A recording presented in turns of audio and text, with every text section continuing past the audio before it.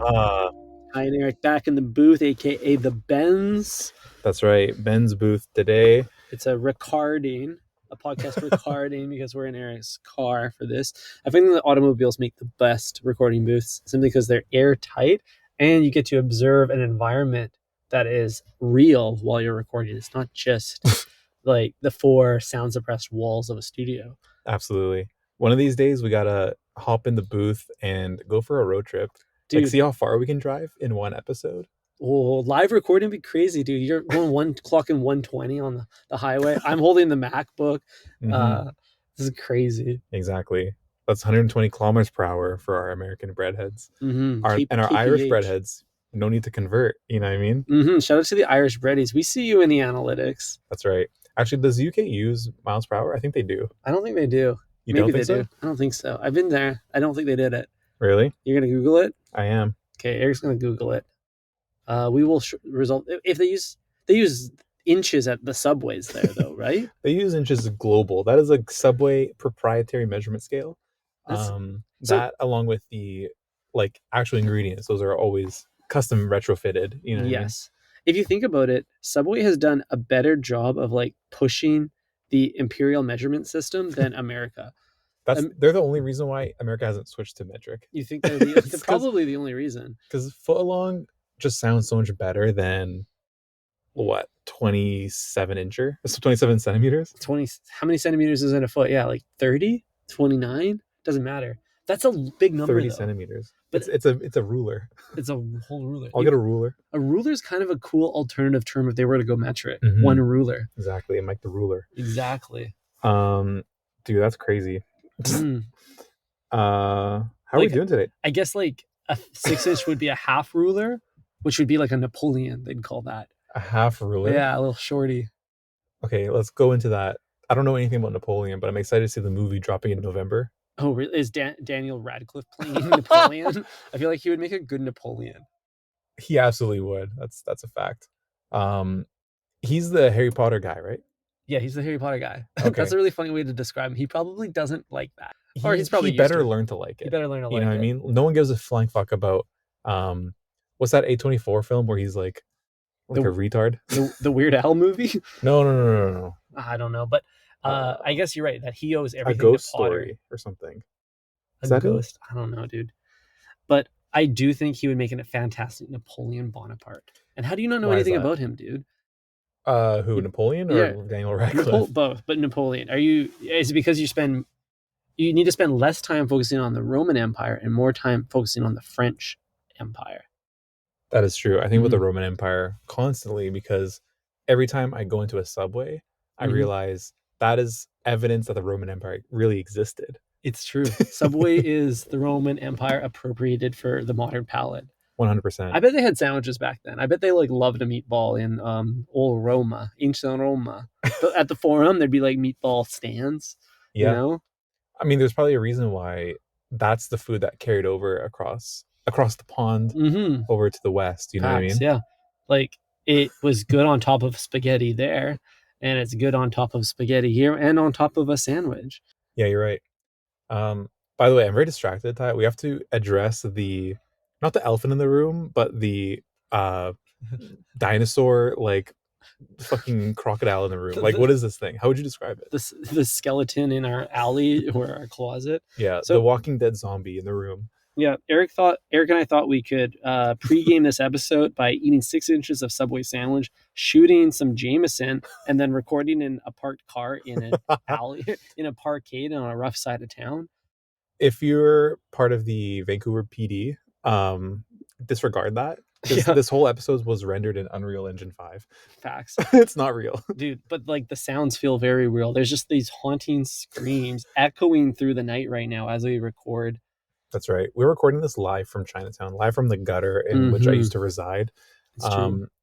There's no reason, Ty, to ever decorate in Chinatown for Halloween because it's always Halloween here. Yeah, dude, it's spooky 24/7. Eric and I just had a run-in at the bar after our shot of Jameson. During the shot, where a very skeletal creature came in and attempted to engage with us.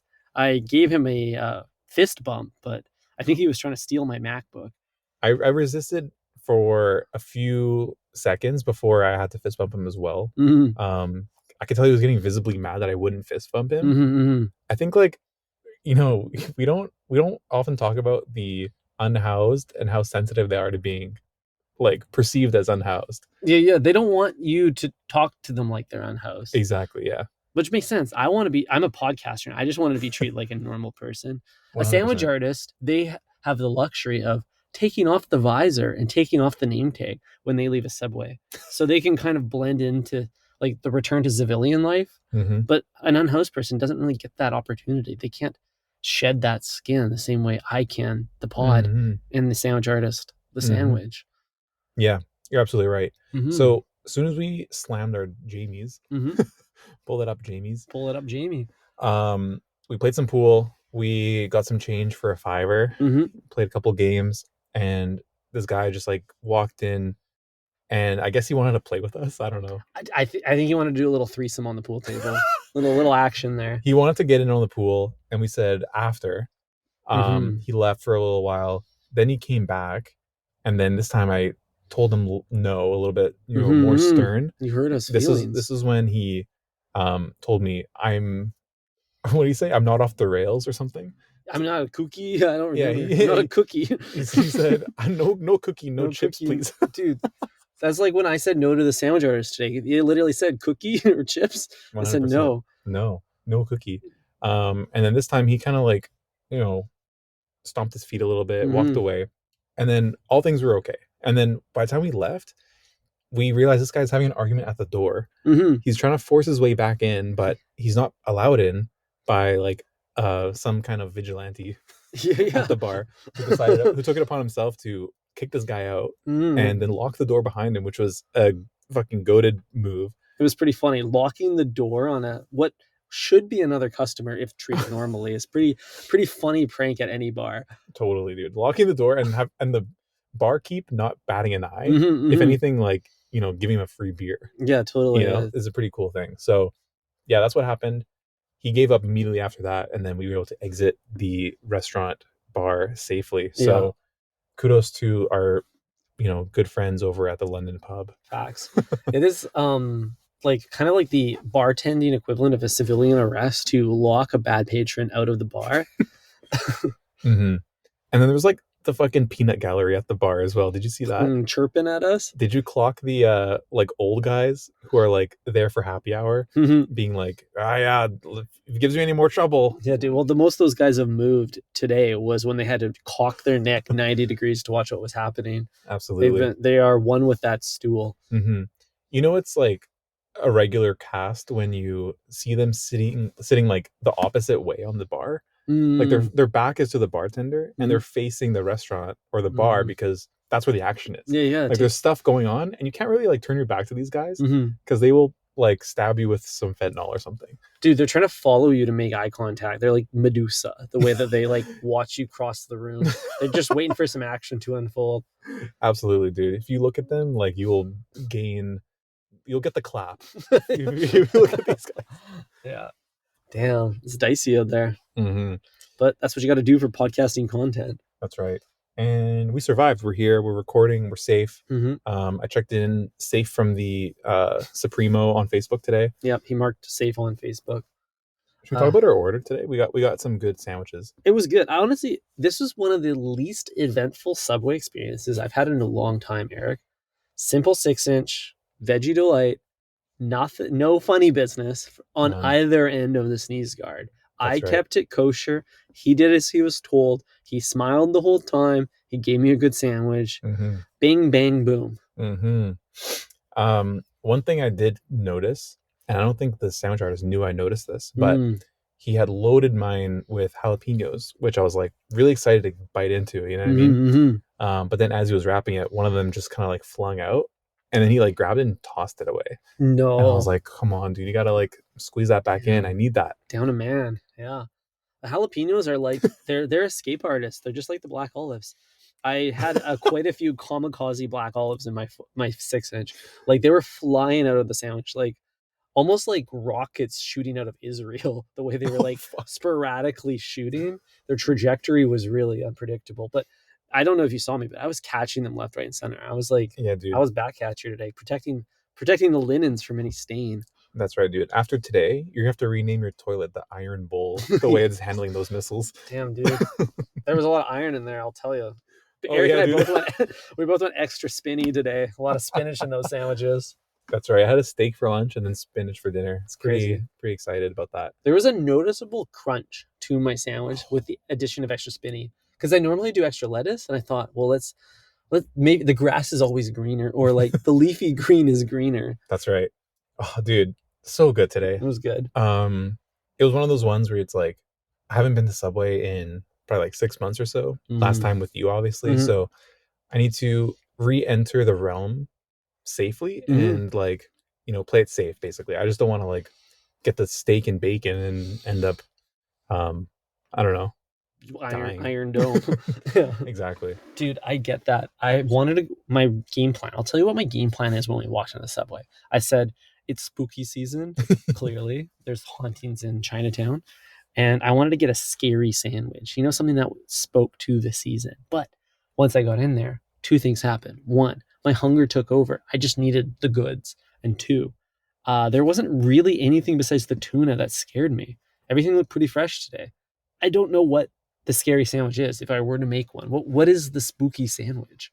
I mean, without a doubt, Ty, the spookiest sandwich is the tuna. I know, but I feel like that's a cop-out of an answer. Oh, come on. What the fuck? Like, the steak tell me that's not the tuna. No, it is the tuna. It is the tuna. It's the tuna. Okay, so it's the tuna. Second scariest, Ty, is probably anything with the avo. The avo spooky. It's because it's green, but it's not like green in a fun, fresh garden way. It's green in like a Frankenstein way. It's green in the Goosebumps kind of way, for sure. Yeah, dude, but it's also brown. That's the thing. Yeah, dude, it's kind of weird. It's kind of goosebumpy. My bread was a little goosebumpy today. I got this everything bread, and it had yours had some weird things on it too. When the sandwich artist pulled out Eric's herb and cheese bread, there was this weird white goop stringing off the edge of the bread. Oh, fuck, I blocked that out of my memory. Dude, I took a photo of that. It was nasty looking. Okay, you know what it was, Ty?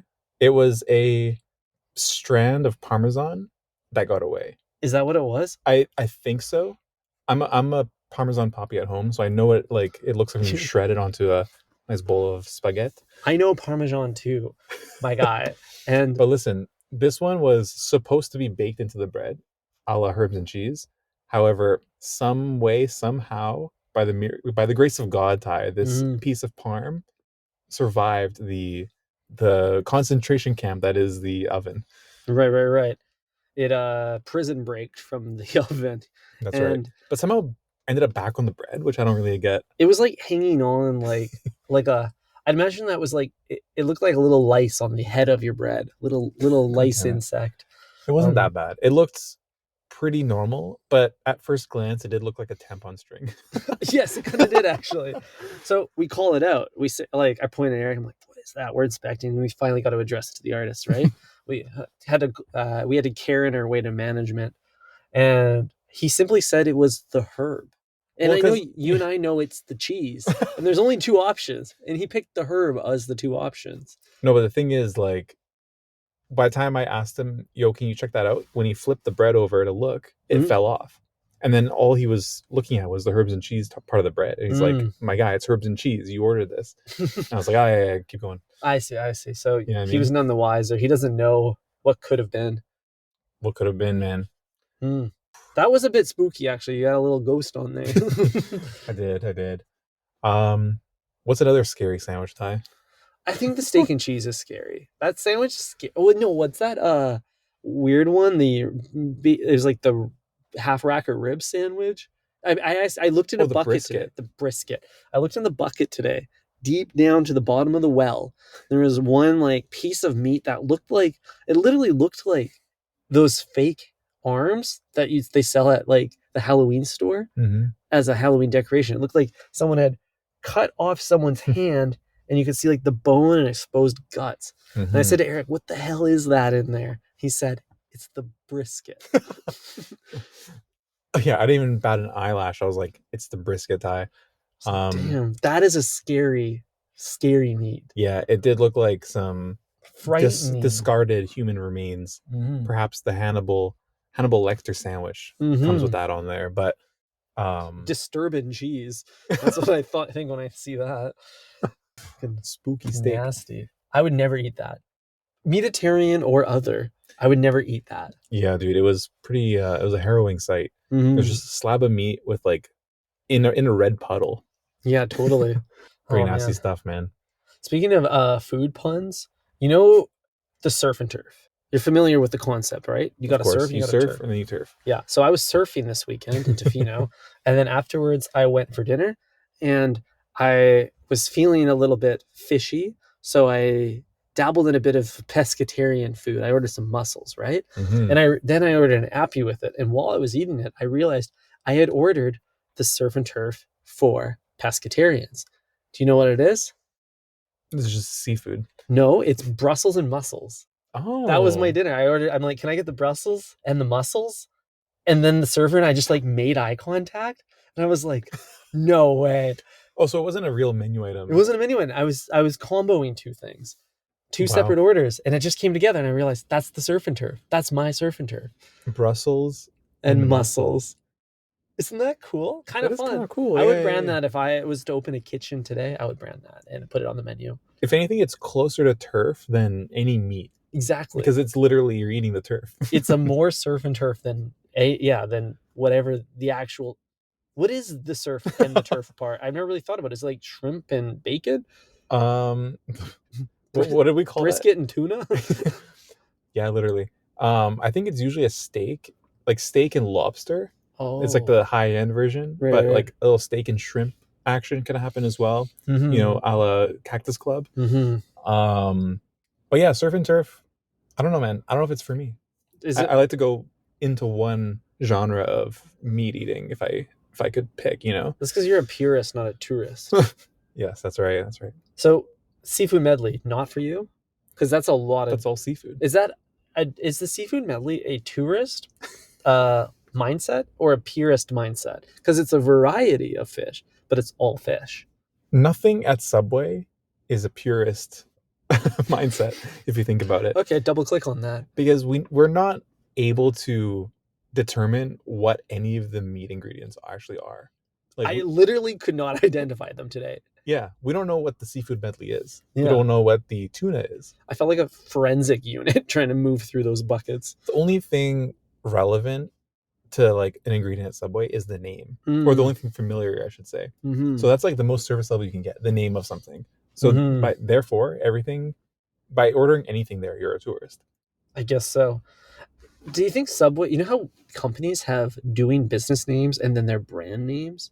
It's kind of the same thing. Like, okay, Apple is their doing business name. Right. Or that's their brand name. Sorry, I'm mistaking them. We all call it Apple. It's known as Apple, but the actual company name is like Apple Computers Limited. That's their doing business name for on legal entities. So Apple is their stripper name. That's their stripper name. That's their name in the streets. But in the sheets, they're Apple Computers Limited. Got it. Subway ingredients are kind of the same way, you know? You call it the brisket, or Subway will call it like the Supremo meat or the crispy chicken, you know? No. You got it wrong. The street name is the brisket, but the actual like ingredient code at Subway is like probably like some weird like hexadecimal number. Oh yeah. You're actually eating X7.21. It's like it can be mistaken for like Elon's kids, you know what I mean? Yeah. Oh, they'd probably do that. It's like that's the chemical makeup, and we've rebranded it to brisket. That's why it's like brisket in quotes. They're all in quotes. Tuna in quotes. Exactly. Yikes. Yeah, I don't know, man. I feel like I should get a receipt one day and just see what the receipt says, because I don't. It might say brisket, but it could also just look like the Matrix code. Yeah, dude. Speaking of fugazi, Ty. Fugazi. I went to a pumpkin patch in quotes. Okay. Why are you doing that, Eric? I went to a pumpkin patch. You're role playing suburban dad a little too early. Well, I would go anyway. You know what I mean? No matter where I lived, but I am in the suburbs, so I have to go. I went to Kraus Farms in I'm Langley. familiar. I've been there. Ty's been there. This place is, I don't think it's a real farm tie. I think this is all fugazi. I think this is a industry plant. A facade, an agricultural plant, but Exactly. not in the literal sense. Not the literal sense, quite the opposite. Yeah. Interesting, kind of weird Mhm. entendre happening there. Okay, so why do you think that this particular farm is a facade? Okay, let me tell you right now. They call themselves a farm, right? Yeah. But then you go there and they have, waffles available for brunch, right? You go up, you order some waffles, and you're thinking like, okay, this is going to be great. It's marketed to me as a farm waffle. So then you're thinking about it like, okay, what goes in waffle batter? Eggs, milk, Farm stuff. farm stuff. Yeah. You look around, Ty, there's no chickens there. Are there any cows? There's no cows. What? There's no animals on this farm whatsoever. But they're serving farm waffles? From what farm? What the hell? It's not from there, dude. And then the other thing is, if I'm going to like pick a pumpkin, you walk onto this pumpkin field and it feels like a whole Black Mirror episode, because you're like, look at all these pumpkins that are just strewn about. You know what I mean? It's kind of like that Anthony Bourdain episode where they go like to Italy and then they go fishing, but they're like throwing dead fish in the water for him to like fake catch. That actually happens. That's what I feel like the pumpkins there are. It's like all pumpkins not attached to any vines. Right. It's just like strewn around. I'm pretty sure that that's a common like strategy on the pumpkin patch is to grow the pumpkins offsite and then scatter them around the field for someone to go collect. Exactly. So I'm paying to like walk around in the mud to pick up someone's pumpkin that they just threw here. That's crazy. Isn't that insane? So you are role playing as a farmer by going to this to pick up pumpkin and have a mimosa and a waffle. And and then the farm is role playing as a farm when really they're just probably a property development company like trying to gentrify the neighborhood. Exactly. There's probably like an oil drill in the backyard somewhere. They're actually just mining like coal and like drilling for oil, and they're just like calling it a winery / farm / pumpkin patch. Facts. So both, it's really none the wiser if you're both role playing, right? If you're both faking it to create this Instagrammable moment of a waffle with a cute field in the background. It's kind of crazy. That's really late stage capitalism, hey? Right? It's like you've manufactured a pumpkin patch just so millennial like suburbans people can just like come by, walk around and like pick up a pumpkin and be like, oh wow, look, I found the perfect one. It's like it was designed in a lab, probably. Probably, yeah. It's really scratching that gatherer instinct in all of us in the same way that the Subway tomato does. 100%. It's like when you pay more to like go to a You Pick strawberry place or like You Cut fucking Christmas tree place. Facts. So you're paying more for the real thing, but like, is it really real? What's real anymore? Is anything real? What's real? Yeah. Dude, yeah, the absolute chokehold that doing business names have on all activities. Like if they were called pumpkin manufacturer or like pumpkin producer limited, dude, I wouldn't mind, That's probably the actual name of the meats and vegetables at Subway, is not like the gamma estrogen brisket. It's probably like Big Brisket Limited that made that and then shipped it to Subway. It's kind of like back in the day when McDonald's was supplied by a company called Canadian Beef, but that was actually just the name of the place. It wasn't actually from, Canadian. Like, Brazil. Crazy. Exactly. Yeah. So like I'm sure that like Greenleaf Gardens that manufactures the spinach for Subway is like this cutting edge laboratory. 100%. Oh man, there's probably like there's definitely a movie here. There's a movie reference in this where it's like you like knock down the fake wall and then you see the real shit. You know what I mean? Yeah, like Truman Show. The Truman Show. That's the one I'm thinking. It's literally a fake brick wall. Yeah. It's like you open the door of the winery, and then you like peek behind like there's like a box that's like been misplaced, and then behind the box you just see like minions growing like pumpkins in a 3D printer. You know what I mean? So you're not supposed to see that. Damn. Get out of here. Go away. Well, were you satisfied with your pumpkin shopping experience at the pumpkin mall? Well, it definitely like fulfilled the task. So on a binary level, and pumpkins are non-binary. You know what I mean? But on a binary level, like, yes, I'm satisfied because I got the pumpkin. It's a nice pumpkin, and it was like $1. Yeah. You know what I mean? But on a hunter-gatherer level, I don't know, dude. I think I'm kind of like, I could have just went to Safeway for this. That's true. So is that why we to Subway today? Is because you needed to scratch that? Yeah, I needed to hunt for my own veggies. I get that. Pumpkins are non-binary, but I always gender them when I see them. You know, you look at a pumpkin and be like, "That's a dude pumpkin," or you're like, "That, look at that thick female pumpkin." Whoa, yeah, dude. Right? Don't leave me home alone with that pumpkin. Yeah, damn, I should call her. Everything reminds me of her. Ay. Well, what did you carve into your? I'm assuming you purchased one, and I'm assuming you carved into it. Did you do my reco, the Arc'teryx logo? No, I didn't carve it. It's too small to carve. This year I'm going for a simple. Oh, it was a petite pumpkin, a lil pump, if you will. A little pump. I'm going for a default little pump on the kitchen counter this time. That's a classy move. Yeah, because you can never carve it well enough for it to like look good for more than like 2 days. That's true. You know what I mean? It always gets old after like 2 days. Yeah, mine's literally rotting on my patio right now, and I haven't even put I haven't done anything with it since I carved it. Yeah, dude. But I saw someone paint the For All the Dogs logo on a pumpkin. That's kind of cool. That's a good move. Yeah. Painting a pumpkin might be the new carving. Yeah, I think painting. I actually, I was looking on TikTok. There's like so many painted pumpkins this year. It's definitely blowing up. 100%. Could be the move. Could be the move, dude. It feels like a way to hide the mold too. Yeah. You know what I mean? It's like it'll get kind of like soft over time, but not if it's painted. Like you won't see that. Just lean to the white, blue, and green shades. Totally.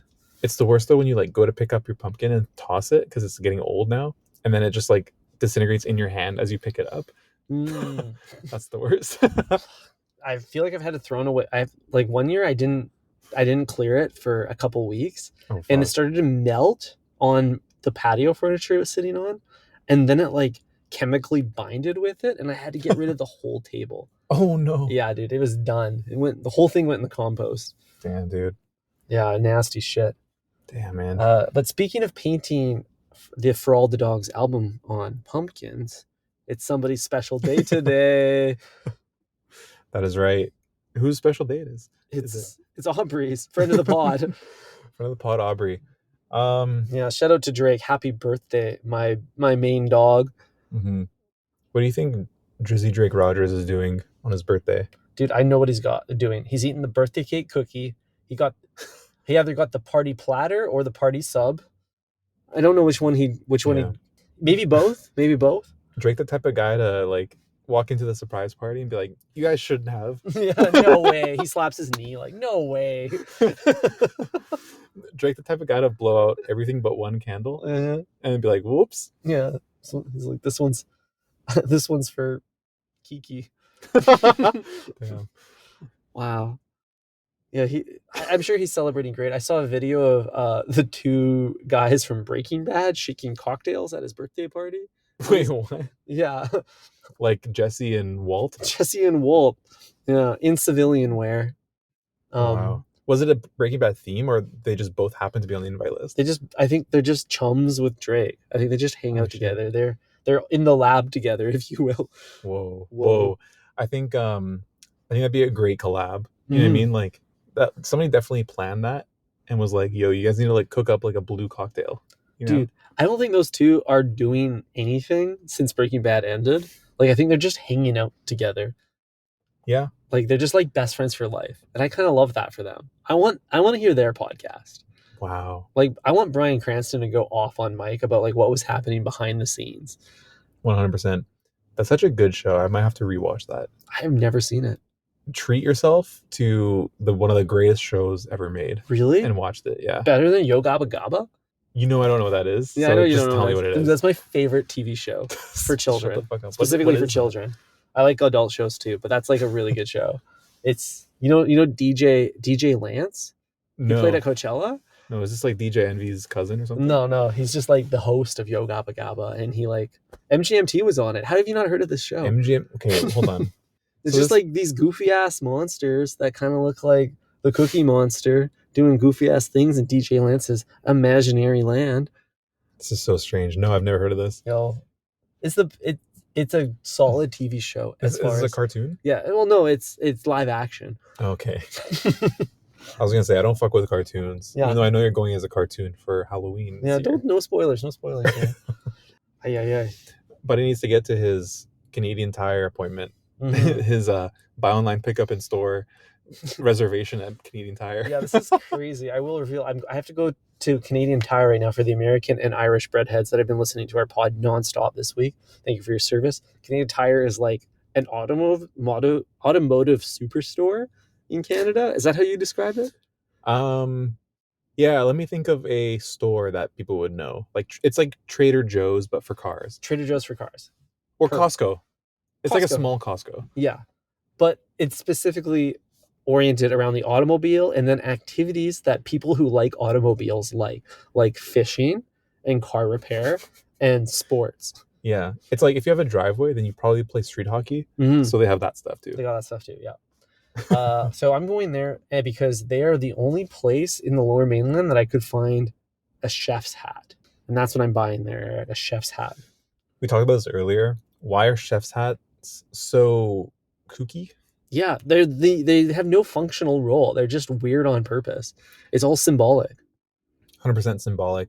But we actually looked into this, and it turns out if the higher the hat, the more responsibility you have in the kitchen. Mm-hmm. You know what I mean? Head chef got the biggest head.